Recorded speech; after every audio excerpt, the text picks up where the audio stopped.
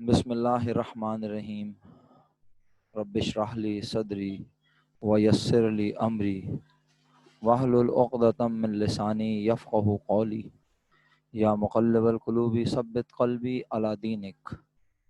अस्सलामु अलैकुम व रहमतुल्लाहि व बरकातुहू to all my dear students. वालेकुम अस्सलाम सामिया, वालेकुम अस्सलाम मिनल, वालेकुम अस्सलाम टू ऑल। खुश रहिए, मुस्कुराते रहिए।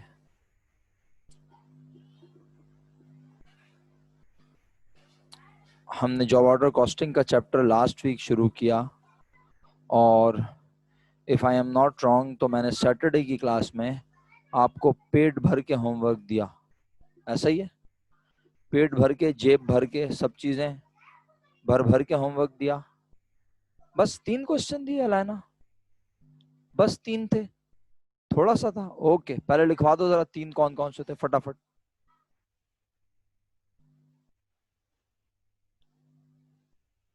11 15, 11 private, 15 regular. 11 private,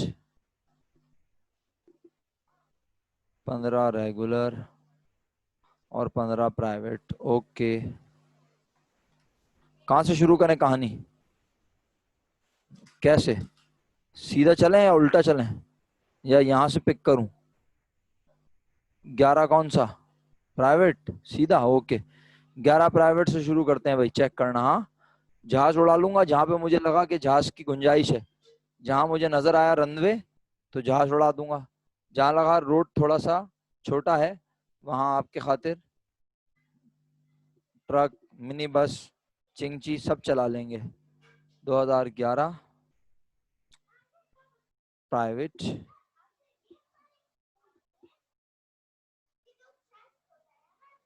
11 private question number 11 private question number 7, right? 11 private question number 7। Okay, जिन्होंने काम किया है, जिन्होंने क्वेश्चन अटेम्प्ट किया है, उनसे रिक्वेस्ट है कि वो हैंड रेस का ऑप्शन यूज करें। काम अटेम्प्ट करने वाले लोग हैंड रेस का ऑप्शन यूज करें। आपने काम गलत किया है, सही किया है, इससे आपको कोई कंसर्न नहीं है। आपने काम किया है, ये है मेरा कंसर्न। अल्लाह अकबर, एक भी बच्चा ऐसा नहीं है जो हाथ रेस ना कर रहा हो, सबने हैंड रेस कर दिए, माशाल्लाह। अच्छा हाँ, तो मजे की बात है, अभी हैं भी तो सिर्फ 9 ही 10 लोग, तो हैंड तो रेस करना बनता है ना, क्या ख्याल है?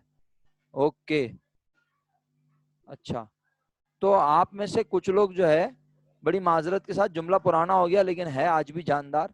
आज भी आप में से कुछ लोग अपने गांव देहातों से ईद मना मना के वापस आ रहे हैं। किसी को पिछले वीक बारिश की वजह से प्रॉब्लम थी, कोई जो है वो ईद मनाने गांव देहात गया हुआ था, मुख्तलिफ मामलात थे जिंदगी में, ऐसा ही है? अच्छा, तो चलो। वालेकुम अस्सलाम कोमल, वापसी हो गई गांव से हैं? चलो, अच्छा चलो बिस्मिल्लाह करें, आप सुनो। चलो ठीक है। तुमने वो देख लिए पिछले वीक के सारे लेक्चर? शुक्रिया, आप लोगों ने खुद ही से हैंड डाउन कर दिया। तो हाँ चलो, कनेक्शन प्रॉब्लम था, लेकिन अब तुमने देख ली वीडियोस, देखी या नहीं पिछले वीक की सारी? वरना तुम्हें तो समझ में नहीं आएगा मैं क्या पढ़ा रहा हूँ मेरा बेटा।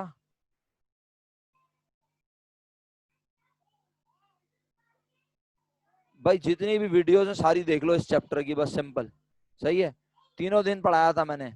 अगर हम कैलेंडर देखें तो मैंने 6, 7 और 8 को भी क्लास ली थी मेरा बच्चा।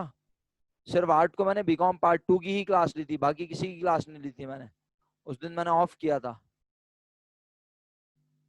बेटे वो देख लेनी चाहिए थी आपको, क्योंकि वो देख के ही तो आपको इफाका होता। चलें 11 प्राइवेट का आगाज करता हूँ। 11 प्राइवेट का सवाल थोड़ा सा, बिल्कुल मामूली सा, बहुत मामूली सा ट्रिकी है। सही है, आपको जहां ऐसा लगे कि आपको समझ नहीं आ रहा, आप मुझे बिला झिझक बोलना, मैं आपको 10 बार समझाऊंगा। आपने नहीं बोला तो बस मैं भी ऐसी तेजी से चलता जाऊंगा। अच्छा, अल्लाह पाक सेहत तंदुरुस्ती आफियत अता फरमाए, सेहत और तंदुरुस्ती वाली ज़िंदगी अता फरमाए। तमाम लोगों से रिक्वेस्ट है कि तमाम लोगों को, तमाम मुसलमानों को, तमाम आलम इस्लाम को दुआओं में याद रखा करें कि जहाँ के जिस हिस्से और खित्ते में मुसलमान कहीं बीमार हैं, अल्लाह ताला सबको शिफा अता फरमाए।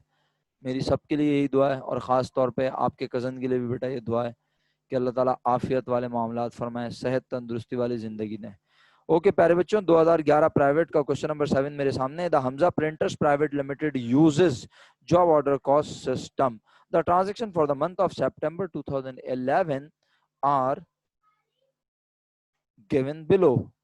1 से लेके 10 11 तक ट्रांजैक्शन है। रिक्वायर्ड में वो हमसे क्या चाहता है? वो कहता है prepare journal entries for each of the above transaction including entries for cost of goods sold and closing factory overhead account. मेरे नजदीक तो उसने ये बेवकूफाना बात की है, लेकिन बहरहाल उसकी बेवकूफाना बात कितनी बेवकूफाना और कितनी दमदार है ये तो सवाल पढ़ के पता चलेगा। रीजन रीजन ये कि भाई बहुत सारी मर्तबा हमने ऐसा देखा कि वो कॉस्ट ऑफ गुड सोल्ड की अमाउंट नहीं बताता, वो हमें कुछ ऐसा बताता है कि हमें सोचना पड़ता है कि अगर ये गिवन है तो इसकी मदद से हम ये निकाल सकते हैं।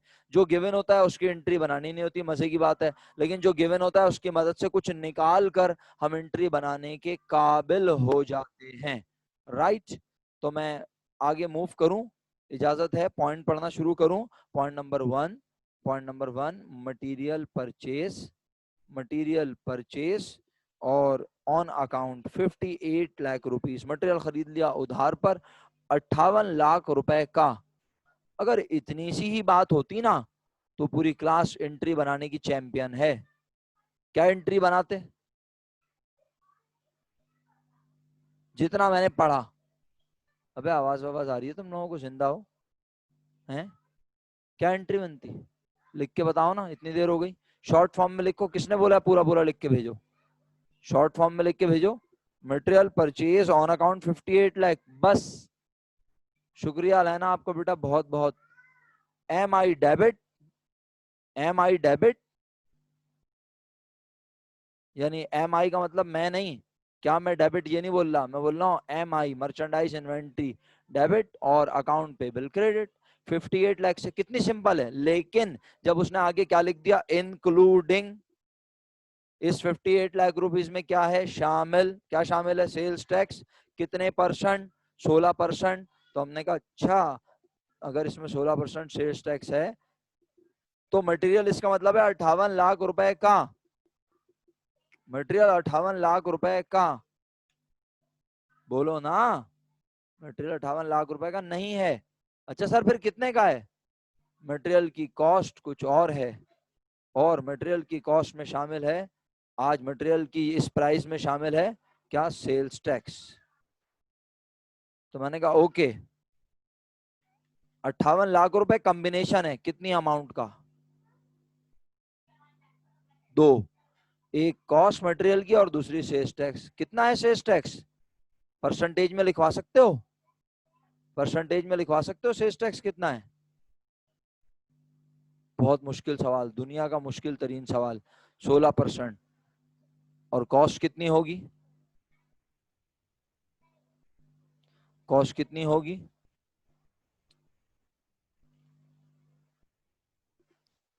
100%। शुक्रिया सामिया आपका। तो इसका मतलब है ये 58 lakh cost plus sales tax मिलके बना होगा 116%। किसी को एतराज हो तो वो खुद पूछेगा।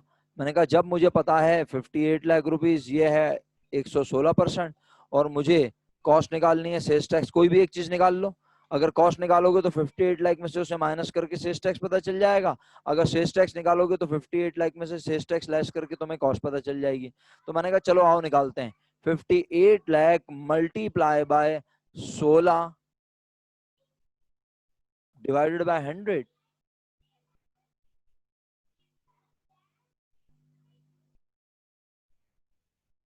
कुछ लोग लिख रहे हैं ना, मैं क्या करूं, उनका इलाज थोड़ी है मेरे पास। कुछ लोग लिख के भेजने हैं मुझे 58 lakh multiply by 16 divided by 100, क्योंकि उन बेचारों को लगता है कि 16% का मतलब 16 डिवाइड बाय 100 है। हाँ भाई 16% का मतलब 16 डिवाइड बाय 100 है, लेकिन ये तो देखो कि तुम आज सेल्स टैक्स की अमाउंट निकाल किसकी मदद से रहे हो? क्या कॉस्ट की मदद से निकाल रहे हो? नहीं, सेल्स टैक्स की अमाउंट तुम इस सेलिंग प्राइस इंक्लूडिंग यानी जो इनवॉइस प्राइस उससे निकाल रहे हो। सुन तो लें, एक मिनट, किसे सुनना है भाई? कौन सुना रहा है? कुछ कोई कुछ कह रहा है क्या? मेरे स्पीकर में तो आवाज नहीं आई आपके कुछ कहने की। हाँ जी, चलें, शुक्रिया। आपने बाद में जवाब दिया होगा बेशक। हाँ हाँ, शुक्रिया, आपने जवाब दिया, मैंने देख लिया, आपने लिख के जवाब भेजा है, मुझे नजर आ गया आपका जवाब। बहुत शुक्रिया आपका। तो मेरे बच्चों, आप सबने क्या किया फाइनली? मेरा फॉर्मूला खराब करवा दिया, कुछ भी नहीं किया आपने। मैं यहाँ जो काम कर रहा था, आपने क्या किया? 58 lakh multiply by 16 divided by 116, 8 lakh रुपए आ गया। तो इसका मतलब है ये सीधा सीधा 50 लाख रुपए है। क्या मसले वाली बात है? कोई मसला नहीं है तो बता दो।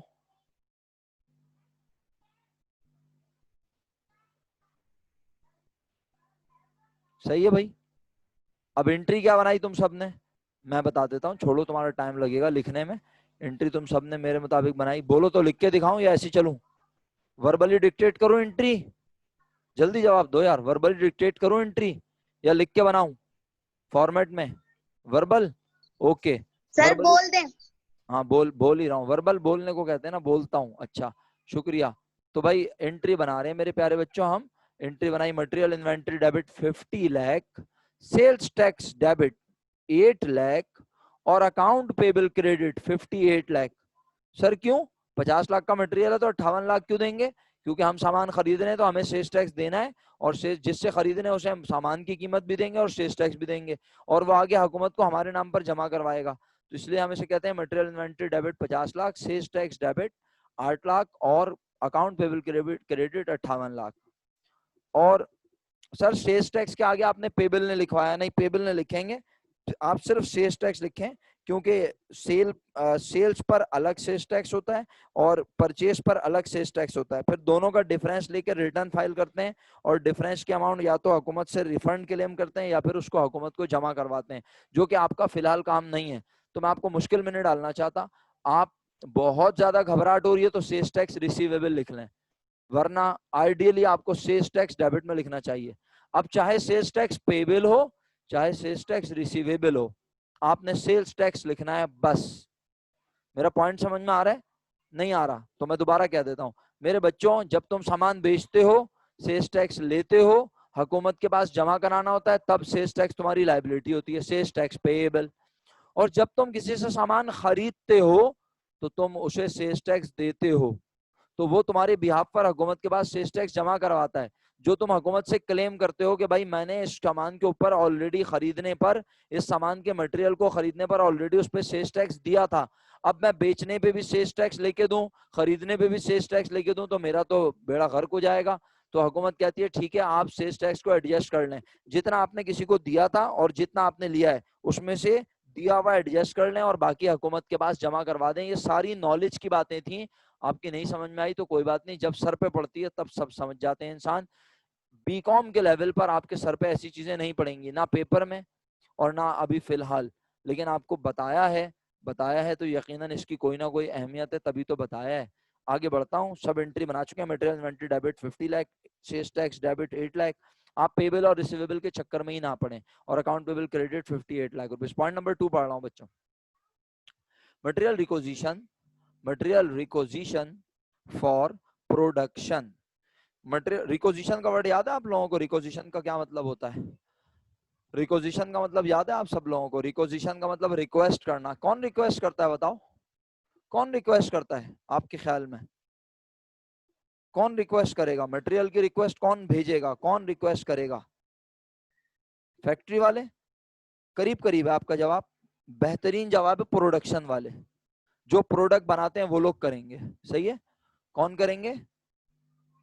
ओनर्स नहीं बिस्मा, ओनर को क्या ताल्लुक है मटेरियल से? देखो बात यह है, आप लोगों को मैं क्लियर करता हूं, अभी समझ आ जाएगी मेरी बात, ऐसी परेशान मत हो। देखो यहाँ लिखा है मटेरियल रिक्वेजिशन। रिक्वेजिशन का मतलब होता है रिक्वेस्ट करना। मटेरियल की रिक्वेस्ट कौन करता है? असल में मटेरियल की रिक्वेस्ट करते हैं प्रोडक्ट बनाने वाले। सर रिक्वेस्ट क्यों करते हैं वो लोग, दरखास्त क्यों करते हैं? बेसिकली मटेरियल खरीद के ला के रख देते हैं फैक्ट्री में। जो परचेज मैनेजर होता है वो प्रोडक्शन के हवाले से प्रोडक्शन को देखते हुए कि कितनी प्रोडक्शन करनी है हमें, आने वाले महीने में कितना माल बनाना होगा, उसके लिहाज से वो मटेरियल ला के खरीद के रख देता है। कहाँ पर? गोडाउन में, स्टॉक रूम में। और फिर जब उसे लगता है कि भाई अब जो प्रोडक्शन का ऑर्डर आता है, प्रोडक्ट बनाने का ऑर्डर आता है, तो वो क्या करता है, उस ऑर्डर को बनाने के लिए प्रोडक्शन ऑर्डर वाले रिक्वेस्ट भेजते हैं किसे, स्टॉक रूम को, गोडाउन को, कि भाई हमें प्रोडक्ट बनानी है, इसके लिए हमें क्या इशू करो, मटेरियल। तो आई होप अब सबको क्लियर हो गया कि मटेरियल रिक्विजिशन क्या है। पहले भी बताया था लेकिन आप भूल गए। Material requisition for production 35 lakh and supplies ₹5 lakh. Sir supply समझ में नहीं आया, ये तो समझ आ गया 35 लाख रुपीज मटेरियल मांगा गया प्रोडक्शन के लिए। एक बात बताना, जो मटेरियल प्रोडक्शन के लिए मांगा जाए उसे क्या कहते हैं, जल्दी बोलो, इतनी देर मत लगाया करो। जो मटेरियल प्रोडक्शन के लिए मांगा जाए उसे क्या कहते हैं? Direct material. शुक्रिया, 2-3 जवाब भी आ जाते हैं, मेरी सेहत के लिए काफी होता है। डायरेक्ट मटेरियल कहते हैं बिस्मा, रॉ मटेरियल नहीं मेरा बेटा, डायरेक्ट मटेरियल कहते हैं मेरा बच्चा, डायरेक्ट मटेरियल। जो मटेरियल प्रोडक्ट बनाने के लिए मांगा जाए उसे डायरेक्ट मटेरियल कहते हैं जनरली। लेकिन आज प्रोडक्ट बनाने के लिए डायरेक्ट मटेरियल के साथ और क्या मांगा गया मटेरियल देखो। इन्वेंट्री नहीं बोलेंगे? सॉरी क्या बोल रही है, दोबारा बोले बेटा। मटेरियल इन्वेंट्री नहीं लिख सकते? नहीं मेरा बेटा, मटेरियल इन्वेंट्री तो तब होती है जब मटेरियल इन्वेंट्री हम खरीद के लाते हैं, या जब हमारे स्टोर रूम से मटेरियल इन्वेंट्री जाती है। लेकिन अब मटेरियल इन्वेंट्री जो है, आज उसकी रिक्वेस्ट भेजी प्रोडक्शन वालों ने, तो स्टोर रूम वाले कहेंगे मटेरियल इन्वेंट्री गई, क्रेडिट हो गई। लेकिन मटेरियल इन्वेंट्री कहाँ गई, क्या बाहर किसी को बेच दी? नहीं, ऑफिस में ही प्रोडक्ट बनाने के में इस्तेमाल हुई। तो अब मटेरियल कितनी तरह से इस्तेमाल होता है भाई? दो दो तरह तरह से, से। या तो डायरेक्ट के तौर पर, या फिर मिनल कोई क्वेश्चन है आपका? मटेरियल कितनी तरह से इस्तेमाल होता है? 2 तरह से, या तो डायरेक्ट के तौर पर या इनडायरेक्ट। डायरेक्ट मटेरियल कहाँ चार्ज होता है? अगर आपने मेरे लेक्चर्स देखे हैं, डायरेक्ट मटेरियल चार्ज होता है वर्क इन प्रोसेस पर, इनडायरेक्ट मटेरियल चार्ज होता है FOH पर। फैक्ट्री ओवरहेड पर। तो मेरा ख्याल है आगे बढ़ूं, इजाजत है, समझ आ गया? तो आप सब देखते हैं कि मटेरियल की रिक्विजिशन हुई है 35 लाख रुपए की प्रोडक्शन के लिए, और 5 लाख रुपए की सप्लाईज मांगी गई। तो सप्लाईज को किस तौर पे इस्तेमाल कर रहे होंगे, सोच समझ के बोलना। सप्लाईज को कौन सा मटेरियल तस्वुर करूं, सप्लाईज को कौन सा मटेरियल तस्वर करूं? इनडायरेक्ट मटेरियल, यानी ये हमारा क्या कहलाएगा बोलो, यानी ये हमारा कौन सा खर्चा कहलाएगा बोलो? FOH। समझ आती है बात? आज ये कौन सा खर्चा कहलाएगा? FOH। इसका मतलब है आज मटेरियल 2 तरह से इस्तेमाल हुआ, एक प्रोडक्ट को बनाने में और एक इनडायरेक्टली। तो कितने अकाउंट डेबिट होने चाहिए? कंपाउंड एंट्री बनाएं, इजाजत है? WIP डेबिट 35 लाख रुपए, FOH डेबिट 5 लाख रुपए, और मटेरियल इन्वेंट्री क्रेडिट 40 लाख रुपए। आपको नहीं समझ आया तो आप बेफिक्र होके बोले, मैं समझाने को बिल्कुल तैयार हूं, बिल्कुल तैयार हूं मैं। इसके बाद अगला पॉइंट पढ़ रहा हूं आपकी इजाजत से, point number 3, material return to supplier. इस पॉइंट की एंट्री वही बच्चा सही पुकारेगा या सही बनाएगा जिसने पॉइंट नंबर 1 की एंट्री सही से समझी थी। कौन सी? पॉइंट 1 वाली, जिसमें 58 लाख का मटेरियल था और 16% सेल्स टैक्स हम दे रहे थे। अब कह रहा है मटेरियल हमने वापस कर दिया सप्लायर को, कितने रुपए का? 1,16,000 रुपए का, और इसमें शामिल है बोलो क्या? 16% सेल्स टैक्स। तो अब जो मटेरियल हमारे पास से गया, क्या वो 1,16,000 रुपए का होगा? जब मटेरियल 58 लाख रुपए का खरीद के लाए थे तो क्या 58 लाख रुपए का लिखा था?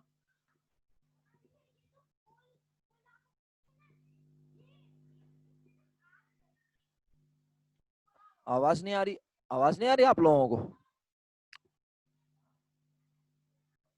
तो मैं बोलूंगा नहीं तो आवाज जाहिर सी बातें नहीं आएगी भाई।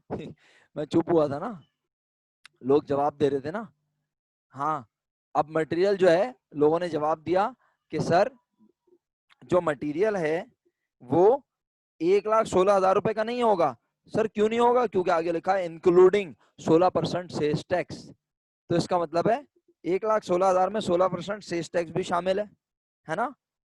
तो पहले तो ये बताओ, 1,16,000 रुपए का मटेरियल वापस कर रहे हैं और इसमें 16% सेल्स टैक्स है, तो इतने रुपए के जब हम सामान वापस करेंगे और इसमें सेल्स टैक्स भी है, तो हमारी जिम्मेदारी क्या होगी? पहले तो ये बोलो।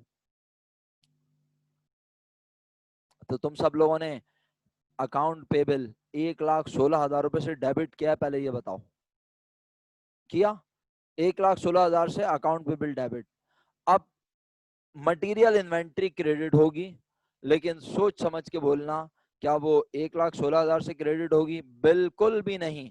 उस 1,16,000 के मटेरियल में 16% सेल्स टैक्स है, तो आप मटेरियल इन्वेंट्री क्रेडिट में लिख के ब्रैकेट में लिखेंगे 1,16,000 मल्टीप्लाई बाय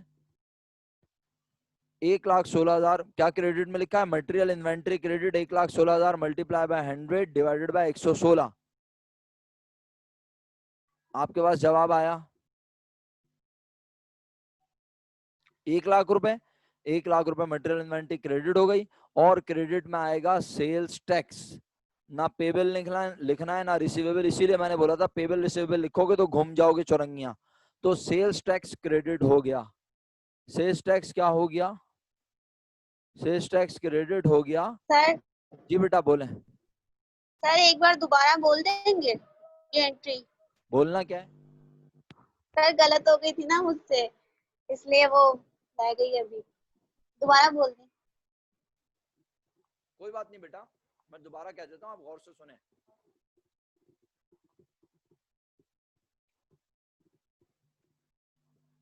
देखो पहले ये समझ लो अमरीना कि जो मटेरियल तुमने वापस किया है ना, वो 1,16,000 रुपए लिखा हुआ है क्वेश्चन में, लेकिन कैसे पता चल रहा है कि वो 1,16,000 का नहीं है?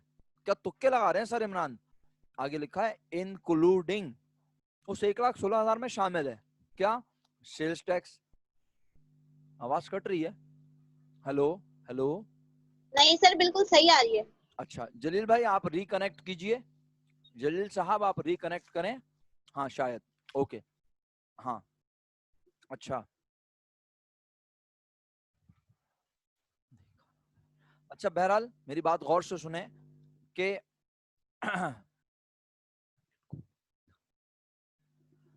आप 1,16,000 रुपए में देख रहे हैं कि 16% सेल्स टैक्स है, तो आप कहते हैं इसका मटेरियल जो है वो 1,16,000 का हो ही नहीं सकता। क्यों भाई काशान भाई? तो सर फिर कितने का होगा? 1,16,000 मल्टीप्लाई बाय मटेरियल की कॉस्ट। ये देखो अभी भी स्क्रीन तुम्हारे सामने है, कितने परसेंट है? 100 और 16% उसमें सेल्स टैक्स, तो 58 लाख की जगह आप एक काम करो ना, 1,16,000 लिख के देख लो। ये देखो तो यहाँ पे क्या आ गया? 16,000 सेल्स टैक्स आ गया, और यहाँ पर आ जाएगा 1,00,000। क्या ख्याल है? क्लियर हो गया? क्यों भाई? अपना अमरीना अब एंट्री सुन लो। Account payable debit 1,16,000, material inventory credit 1,00,000 और सेल्स टैक्स क्रेडिट। अबे अल्लाह के बंदे, सेल्स टैक्स दे नहीं रहे, बल्कि वो जो सेल्स टैक्स उसने डिडक्ट किया था उसको बोलना है इसको एडजस्ट कर ले भाई। अब तुम हमारे बिहाफ पे आगे 16,000 रुपए का सेल्स टैक्स जमा ना करवाना। हाँ एडजस्ट कर रहे हैं 16,000 रुपए के सेल्स टैक्स को।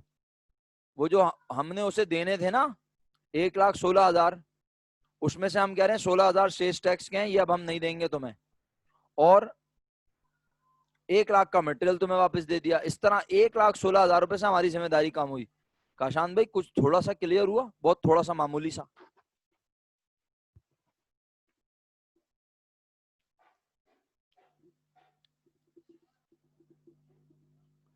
पॉइंट नंबर, अमरीना आपको समझ आ गया? आगे बढ़ूं?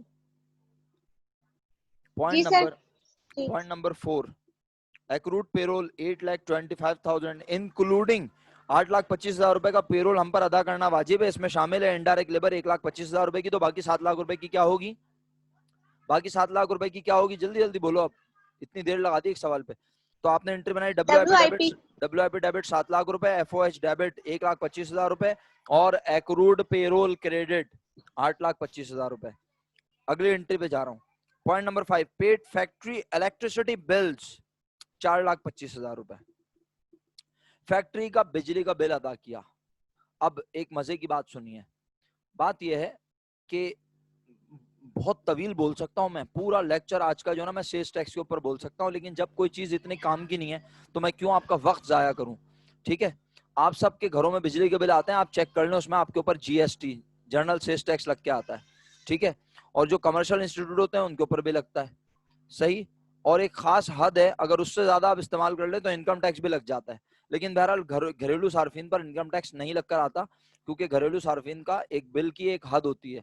अच्छा बहरहाल मोस्ट इंपॉर्टेंट बात यह है कि देखो एक शख्स मटेरियल खरीद के ला रहा है तो उसके ऊपर भी सेल्स टैक्स दे रहा है, फिर जो वो बिजली उस प्रोडक्ट को बनाने में इस्तेमाल कर रहा है उसके ऊपर भी सेल्स टैक्स हुकूमत उससे ले रही है, तो पता नहीं कितनी चीजों पर सेल्स टैक्स वो दे रहा है। तो हुकूमत उसे कहती है कि तुम अपने सेल्स टैक्स को एडजस्ट करो। मैं यहाँ एडजस्ट नहीं करवा रहा, ना हमें करना है, लेकिन सिर्फ आपको नॉलेज दे रहा हूँ जनाबे आली, नॉलेज के सेल्स टैक्स हम पीटीसीएल के बिल पे भी देते हैं, सेल्स टैक्स हम जो है इलेक्ट्रिसिटी के बिल में भी अदा करते हैं, और गैस के ऊपर भी सेल्स टैक्स लगता है। अब ये जो सेल्स टैक्स लगता है, तो जो शख्स ये सेल्स टैक्स दे रहा होता है वो कहता है मैंने इन सब चीजों पे सेल्स टैक्स दिया है, तो जब मैं कस्टमर को सामान बेचकर उससे सेल्स टैक्स लूंगा ना, तो मैं पूरा का पूरा हुकूमत को जमा, मैं खामोश हुआ हूं, नहीं करवाऊंगा, बल्कि मैं जो मैंने दिया और जो सेल्स टैक्स मैंने लिया उसको एडजस्ट करूंगा। क्या सर अपनी मर्जी से करते हैं सब लोग? नहीं, इसके पूरे रूल्स एंड रेगुलेशन है, लॉ है, सेल्स टैक्स का एक्ट है, बाकायदा कानून है। सेल्स टैक्स कंसल्टेंट होते हैं बाकायदा, जो कि कंसल्टेंसी देते हैं सेल्स टैक्स के मामलात में, सही है। लेकिन बहरहाल ना मैं आज सेल्स टैक्स कंसल्टेंट हूं, ना मैं आपको कोई कंसल्टेंसी दे रहा हूं, मेरा काम सिर्फ नॉलेज देना है, वो मैंने आपको दे दी, ठीक है। तो अब समरी ये है कि आज जो गैस का बिल आया, एक आम इंसान बिजली का बिल, गैस का बिल जितना भी होता है पूरा पे करता है और बोलता है हाय हो गया, हाय हो गया, आवाज नहीं आई, खर्चा। लेकिन अकाउंटिंग कह रही है कि बेटे आज जो तुम बिजली का बिल दे रहे हो ना, कितने रुपए का बिल है जरा बताना। ऐसी डमी एंट्री बनाऊं, यहाँ पे डमी एंट्री बनाऊं तुम्हें समझाने के लिए, कितने का बिल है जरा बताना। 4,25,000। ये 4,25,000 कहाँ का बिल है? कहाँ का बिल है? ये ऑफिस का, फैक्ट्री का। तो आज एफओएच डेबिट तो होगा, ये तो तय है, लेकिन अगर 4,25 से डेबिट कर दिया तो मसला गलत, क्योंकि आज सारी अमाउंट हमारा खर्चा नहीं है। क्यों सर? बिजली वाले हमसे सेल्स टैक्स ले रहे हैं, तो सेल्स टैक्स डेबिट। कितना सेल्स टैक्स ले रहे हैं जरा आप बताओ, अमाउंट लिख के दी हुई है? नहीं दी हुई? क्या लिखा है? Including sales tax 57,600। तो मैंने कहा 57,600 रुपीज का इसमें शामिल है, 4,25,000 रुपए में सेल्स टैक्स। और क्या ले रहे हैं देखो, क्या बोला था मैंने थोड़ी देर पहले, इनकम टैक्स। अब कोई मासूम बोलेगा सर इनकम टैक्स तो इनकम पर लगता है, अभी तो इनकम कमाई नहीं है। भाई हमारे मुल्क में ये कानून है कि जो बहुत बड़ी बड़ी ऑर्गेनाइजेशंस हैं, जो बहुत बड़े बड़े इदारे हैं, वो लोग अपनी इलेक्ट्रिसिटी के बिल में, अपने बहुत सारे मामलात में जो है पहले से टैक्स अदा कर देते हैं, फिर बाद में इस टैक्स को वो एडजस्ट करते हैं। अगर आप बिल्कुल आइडियली इसका नाम जानना चाहते हैं, तो आइडियली इसका नाम एडवांस टैक्स होता है। क्या नाम होता है इसका? Advance income tax. लेकिन आप इसको एडवांस इनकम टैक्स बोलें, इनकम टैक्स एक्सपेंस बोलें, मुझे इससे कोई फर्क नहीं पड़ेगा, क्योंकि बीकॉम के लेवल पर ये वाहिद अपनी नौयत का एक ही सवाल है ऐसा जो आपको पढ़ा रहा हूं। मुश्किल नहीं है, और बल्कि मैं तो कहता हूं इस तरह के सवाल ज्यादा आने चाहिए, ताकि हमारा बच्चा जब प्रैक्टिकल लाइफ में जाए बीकॉम करने के बाद, तो उसे सेल्स टैक्स और इनकम टैक्स के बारे में कुछ तो पता हो। तो आप जरा सुनना, मिसाल के तौर पे, ये बात मैं पहले भी कह चुका हूं शायद कभी जिंदगी में तुमसे, और आज दोबारा कह रहा हूं, लंबी बात नहीं करूंगा, छोटी सी बात करूंगा। तुम जब अपने मोबाइल में कार्ड डलवाते हो तो उसके ऊपर भी तुम इनकम टैक्स अदा करते हो, पता है? और वो income tax advance income tax होता है, पता है? ये बात नहीं पता तो मैं कह रहा हूँ, याद रखना, सुनना। जो तुम अपने मोबाइल में हर महीने कार्ड डलवाते हो, बैलेंस लोड करवाते हो, उसके ऊपर इनकम टैक्स कटता है, और वो कंपनी, जिस कंपनी की तुम सिम यूज कर रहे हो, वो कंपनी जितने रुपए टैक्स तुमसे काटती है, सारी अमाउंट टैक्स नहीं होती, कुछ तो सर्विस चार्जेस होते हैं जो कंपनी लेती है, और कुछ इनकम टैक्स होता है लाजमी, चाहे 100 रुपए का कार्ड हो, चाहे 30 रुपए का कार्ड हो, चाहे 50 रुपए का कार्ड आप अपलोड करें, उसमें कुछ अमाउंट टैक्स की कटती है। हुकूमत आपके नाम, आपकी CNIC के नंबर के साथ, और हुकूमत कह रहा हूँ sorry, mobile company, national bank में, स्टेट बैंक ऑफ पाकिस्तान में, वो अमाउंट आपके नाम के साथ, आपके CNIC के साथ जमा करवाती है बाकायदा, कि ये इस शख्स को हमने इतने रुपए, इसने अपना कार्ड लोड करवाया और हमने इससे इतने रुपए टैक्स डिडक्ट किया, और ये हमने हुकूमत के खजाने में जमा करवा दिया। इसका मतलब है चाहे आप स्टूडेंट हो इस मुल्क में, चाहे आप एक बहुत बड़े बिजनेस के मालिक हो, सब एक जैसा टैक्स अदा कर रहे हैं। किसके ऊपर? मोबाइल्स के ऊपर। इस मुल्क का स्वीपर भी मोबाइल के ऊपर टैक्स देता है, इस मुल्क का एक टैक्सी चलाने वाला, एक चिंची चलाने वाला भी मोबाइल पर टैक्स देता है। हालांकि वो इस मुल्क से इतने रुपए कमाता नहीं है, लेकिन वो टैक्स देता है। ये टैक्स के निजाम का एक फ्लॉ है, खराबी है। टैक्स उन्हीं पे लगना चाहिए ना जो कि वाकई में बहुत ज्यादा आमदनी कमाते हो, लेकिन हमारे यहाँ जिन पे लगना चाहिए वो टैक्स देते नहीं है। टैक्स चोरी बहुत है। तो बस मुख्तलिफ तरह से जैसे जैसे हुकूमत जहां जहां से टैक्स कलेक्ट कर सकती है वो टैक्स लगाती है। तो सर अगर मैं ये हुकूमत से बोलूँ कि मैं तो स्टूडेंट हूँ मुझे वापस करो, तो बेटा जो टैक्स ईयर एंड होता है पाकिस्तान में जून 30 पर, जैसे अभी जून 30 2020 पर टैक्स ईयर एंड हो चुका है। अगर हम ऑडिटिंग पढ़ते तो मैं आपको ये सब चीजें बताता, लेकिन क्योंकि ऑडिटिंग ना मेरा पढ़ाने का इरादा है ना आप पढ़ेंगे, आप बैंकिंग की तैयारी कर रहे हैं यकीनन, तो टैक्स ईयर जून 30 2020 में अभी खत्म हुआ। तो अब हमारे पास अगस्त की 31 तक का टाइम होता है, लेकिन FBR federal board of revenue उसको एक्सटेंड कर देता है। किस चीज का टाइम होता है? मैंने 2019 जुलाई 1 से लेकर जून 30 2020 तक जितने रुपए इस मुल्क से कमाए वो सारी डिटेल मेरे पास, क्या प्रॉपर्टी रही, मैंने कौन सी गाड़ी खरीदी, क्या बेचा, कितने पैसे बैंक में हैं, कितने पैसे आए, कितने पैसे गए, कितने रुपए सैलरीज मैंने अर्न की, ये सारी डिटेल मैं हुकूमत के पास जमा करवाता हूँ। कब से लेके कब तक की? जुलाई 1 2019 से लेके जून 30 2020 तक की। और ये डिटेल जमा करवाने के लिए मेरे पास जुलाई 1 2020 से अगस्त 31 तक का टाइम होता है। हुकूमत आमतौर पर इसे एक्सटेंड करती रहती है और आमतौर पर ये हर साल सितंबर, अक्टूबर, नवंबर, दिसंबर तक चला जाता है ये टाइम। हुकूमत कहती है जमा करवाओ जमा करवाओ। इससे फायदा क्या होता है? हुकूमत को पता चलता है कौन शख्स कितने रुपए इस मुल्क से कमा रहा है, कितने रुपए वो टैक्स दे रहा है, कितने रुपए उससे टैक्स लिया जा रहा है। तो अगर मेरे ऊपर टैक्स बनता ही नहीं है, अगर मेरे ऊपर टैक्स बनता ही नहीं है, मैं स्टूडेंट हूँ बिलफर्ज, तो मैं वो जो मेरी मोबाइल कंपनी जिसने मुझसे टैक्स काटा है वो मुझे सर्टिफिकेट देती है। आप सब भी ले सकते हैं सर्टिफिकेट। और यूफोन का सर्टिफिकेट तो मजे की बात है ऑनलाइन मिल जाता है। आप कहें तो मैं आपको यहाँ भी दिखा सकता हूँ, लेकिन जाहिर सी बात है ये एक एक्स्ट्रा एक्टिविटी है, हमारा टाइम वेस्ट होगा। ठीक है, तो क्या करना होता है, आपने सिंपल उस मोबाइल कंपनी से जाके बोलना होता है ये मेरा CNIC नंबर है, आप लोगों ने जो मेरा पूरा 2019 जुलाई से लेके जून 30 2020 तक टैक्स काटा है मुझे सर्टिफिकेट दें, क्योंकि मैं हुकूमत से क्लेम करूंगा कि ये इनकम टैक्स जो आप लोगों ने मुझसे लिया है, मैं तो इस मुल्क में स्टूडेंट हूँ, या तो मैं इस मुल्क से 3 लाख रुपए कमाता हूँ, मैं तो इतने पैसे भी नहीं कमाता कि मुझे टैक्स दिया जाए। तो हुकूमत वो टैक्स आपको वापस करेगी। हाँ, अब ये नहीं पता कि वो आपको वापस करेगी या आपके आने वाली पहली, दूसरी, तीसरी या चौथी नस्ल को वापस करेगी। मिलेगा या नहीं मिलेगा ये मुझे नहीं पता। उसको वापस लेने में अगर आपने 500 रुपए हुकूमत से टैक्स वापस लेना है तो उस 500 रुपए को लेने में आपके 5,000 रुपए कहीं खर्च ना हो जाए वकीलों के और इनकम टैक्स कंसल्टेंट्स के चक्कर में। समझ गए? ये ड्रॉबैक है, ये फ्लॉज हैं टैक्स का निजाम में, बहुत सारे फ्लॉज हैं, बहुत सारी खराबियां। मैं यहाँ टैक्स के निजाम की खराबियों की बात नहीं कर रहा, मेरा फर्ज था आपको नॉलेज देना, मैंने दे दी। बस फाइनली मैं ये समझाना चाह रहा हूँ कि ये जो टैक्स बिजली के बिल में लग कर आ रहा है, हो सकता है कि हमारी कंपनी पूरे साल ऑपरेट करे, प्रोडक्ट बनाए और प्रोडक्ट बना के बेचे और उसे क्या हो जाए? बोलो उसे क्या हो जाए? अब जिंदा हो जाओ, चलो वापिस हो जाओ, नॉर्मल आ जाओ, क्या हो जाए उसे? बोलो। अबे क्या हो गया, सब लोग हैं क्लास में भाई, क्या बता दिया मैंने ऐसा कि सब चुप हो गए? हाँ, क्या हो जाए उसे? लॉस। तो अब अगर उसे लॉस हुआ तो बताओ उसे टैक्स देना चाहिए? उस तो उसे टैक्स नहीं देना चाहिए। टैक्स तो इनकम के ऊपर होता है, प्रॉफिट पे होता है, उस साल तो इसे, तो फिर वो क्या करती है, वो अपना पूरा डिटेल बनाती है, अपना रिटर्न फाइल करती है, अपनी सारी डिटेल्स हुकूमत के पास जमा करवाती है, बोलती है ये मैंने पूरे साल कमाया, ये मैंने खर्चा किया, ये मुझे प्रॉफिट या लॉस हुआ, और आप लोगों ने मुझसे बिजली के हर महीने के बिल में इतना इतना इनकम टैक्स लिया है, ये टैक्स आप हमें करें। तो इसीलिए इसको बोला जाता है एडवांस इनकम टैक्स। और अगर बिलफर्ज हुकूमत, और अगर बिलफर्ज हमें हुआ बहुत सारा, बिलफर्ज हमें हुआ बहुत सारा, बकोना जल्दी इतनी देर लगा रहे हो, प्रॉफिट, तो प्रॉफिट पे हमने हुकूमत को क्या देना होगा? बोलो बोलो, हुकूमत को हमने क्या देना होगा प्रॉफिट पे? FBR में क्या जमा करवाना होगा? टैक्स। तो जितना टैक्स हमने जमा कराना होगा उसमें से हम ये वाला टैक्स क्या कर देंगे? सेल्स टैक्स नहीं बोल रहा, सिर्फ इनकम टैक्स की बात हो रही है। इस इनकम टैक्स को क्या कर देंगे? Less, minus. समझ आई? बोलने को मेरे पास इतना है कि आप थक जाएंगे। मैंने कहा ना कि मैं ऑडिटिंग भी पढ़ाने खड़ा हो जाऊं तो फिर बहुत सारी नॉलेज की बातें हैं, लेकिन क्या करूं, इस साल ये जो एक सबके साथ मुसीबत हुई, इसकी वजह से बहुत फर्क पड़ा है पढ़ाई पर, सारी चीजों पर।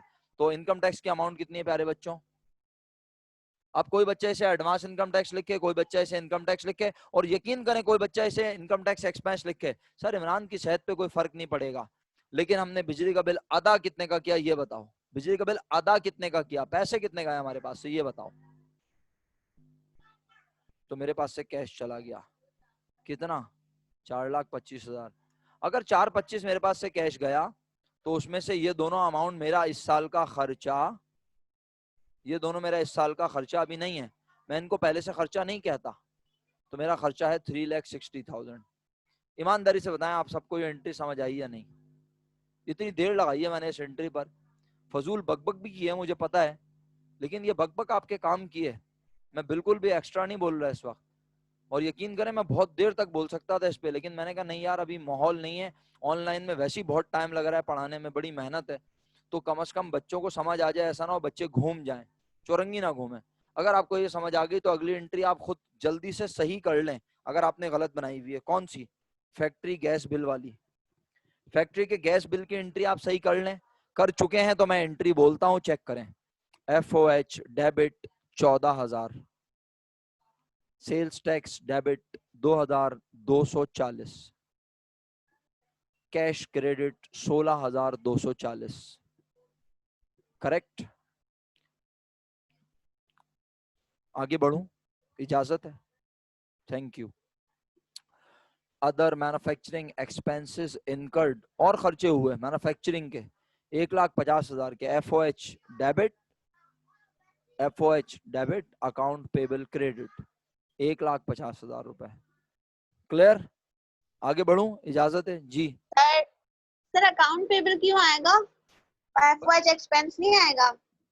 FOH डेबिट बोला तो है मैंने, FOH डेबिट बोला तो है मेरा बेटा। अदर मैन्युफैक्चरिंग एक्सपेंस डेबिट, तो मैंने डेबिट में क्या बोला है? सर डेबिट तो सही है मेरा, क्या लेकिन बोला मैंने है? क्रेडिट पहले बता तो दो डेबिट में क्या बोला है मैंने। आपका डेबिट सही है, बताओ तो सही डेबिट में क्या बोला मेरा बेटा। सर एफओएच एक्चुअल जो है वो है ना, हाँ, वो FOH डेबिट होगा। एक्चुअल। और अगर आप एक्चुअल ना भी लिखें, सिर्फ क्या लिखे हैं FOH, तो इसका मतलब है आप एफओएच अपना खर्चा बढ़ा रही हैं बेटा। इसका मतलब है आप क्या कर रही हैं, अपने खर्चे को बढ़ा रही हैं। और इनकर्ड का मतलब है हो चुका है, लेकिन अभी अदायगी की कोई बात नजर। क्या यहाँ लिखा है payment of other manufacturing expense incurred? जब पेमेंट नहीं लिखा है, इसका मतलब है खर्चा हो गया, लेकिन हमने भी पैसे अदा नहीं किए, तो नहीं अकाउंट किए। पेबल क्रेडिट होना चाहिए। उम्मीद करता हूँ अमरीना आपको समझ आ गया होगा।